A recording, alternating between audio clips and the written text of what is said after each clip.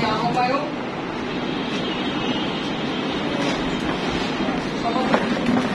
সভাপতি, আজকের এই দোয়া মোনাজাত এবং আলোচনা সভার সভাপতিত্ব করছেন সাইদুল ইসলাম রাজীব, সভাপতি স্বাধীনতা ঘোষক, জিয়া পরিষদ।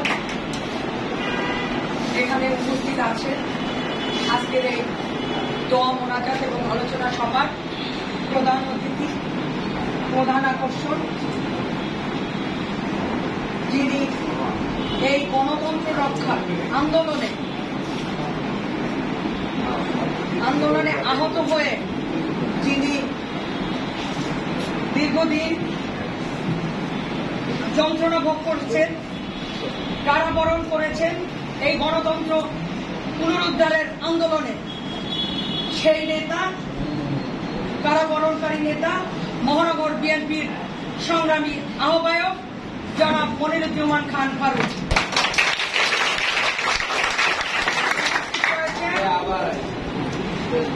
জিয়া মঞ্চের সাধারণ সম্পাদক সজীব উপস্থিত রয়েছেন, আহ্বায়ক সজীব উপস্থিত রয়েছেন, মহানগর বিএনপির ১ নং ওয়ার্ডের সিনিয়র যুগ্ম আহ্বায়ক পটন উপস্থিত রয়েছেন, স্বাধীনতা ঘোষক জিয়া পরিষদের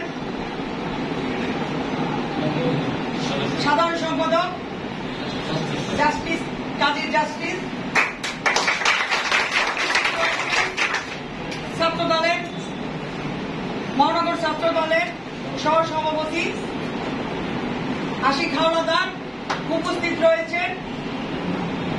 এখানে জিয়া মঞ্চের স্বাধীনতা ঘোষক জিয়া মঞ্চের আজকে নতুন কমিটি, এই কমিটির যারা নেতৃবৃন্দ রয়েছেন তাদেরকে আমার মহানগর বিএনপির পক্ষ থেকে জানাচ্ছি সংগ্রামী শুভেচ্ছা ও কৃতজ্ঞতা। আপনারা আজকের এই আলোচনা সভা এবং দোয়া মোনাজাতের মাধ্যমে এই নতুন কমিটির প্রোগ্রাম শুরু হয়েছে, আপনাদেরকে আরো একবার অভিনন্দন জানাই।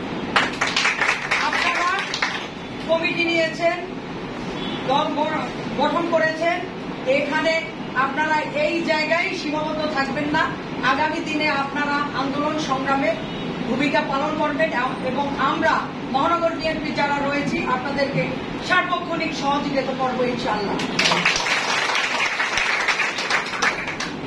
আমি একটি কথা বলতে চাই, আজকের এই গণতন্ত্র রক্ষার এই পুনরুদ্ধারে যে আন্দোলন করেছে তার মধ্যে আমার দেশ নেত্রী বেগম খালেদা জিয়ার কথা আমি বলতে চাই, যিনি দীর্ঘ এই 15 বছর এই স্বৈরাচারী শেখ হাসিনার যন্ত্রণা ভোগ করেছেন, কারাবরণ করেছেন একটি মিথ্যা মামলায় এবং 3.5 বছর পর্যন্ত তিনি জেল খেটেছেন।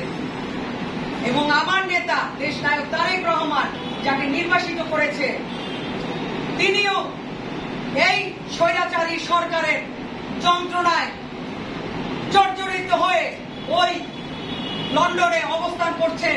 এখনো পর্যন্ত তিনি এই বাংলাদেশে আসতে পারেন নাই, কারণ তার মামলা দিয়ে তারে বিভিন্ন রকম হয়রানি করে আজকে ওইখানে রেখেছে। তাই বলতে চাই, এই গণতন্ত্র রক্ষার পুনরুদ্ধারে আমরা জাতীয়তাবাদী দলের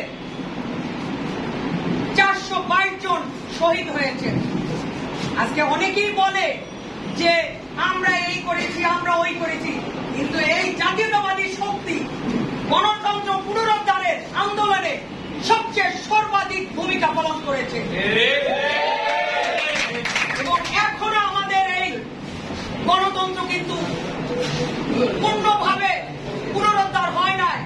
পুনরুদ্ধার হবে যখন ভোটের মাধ্যমে একটি গণতান্ত্রিক সরকার প্রতিষ্ঠিত হবে, তারপর আমাদের গণতন্ত্র পুনরুদ্ধার হবে এবং সেই গণতন্ত্র পুনরুদ্ধারের আন্দোলনে আমাদের দেশ নায়ক তারেক রহমান এই বাংলাদেশে আসবেন এবং আগামী দিনে তার নেতৃত্বে এবং দেশনেত্রী বেগম খালেদা জিয়ার নেতৃত্বে একটি গণতন্ত্র পুনরুদ্ধারের বাংলাদেশ গঠিত হবে ইনশাআল্লাহ। তাই আপনাদেরকে বলতে চাই, আগামী দিনে সেই আন্দোলনে আপনারা অগ্রণী ভূমিকা রাখবেন এবং ঐক্যবদ্ধ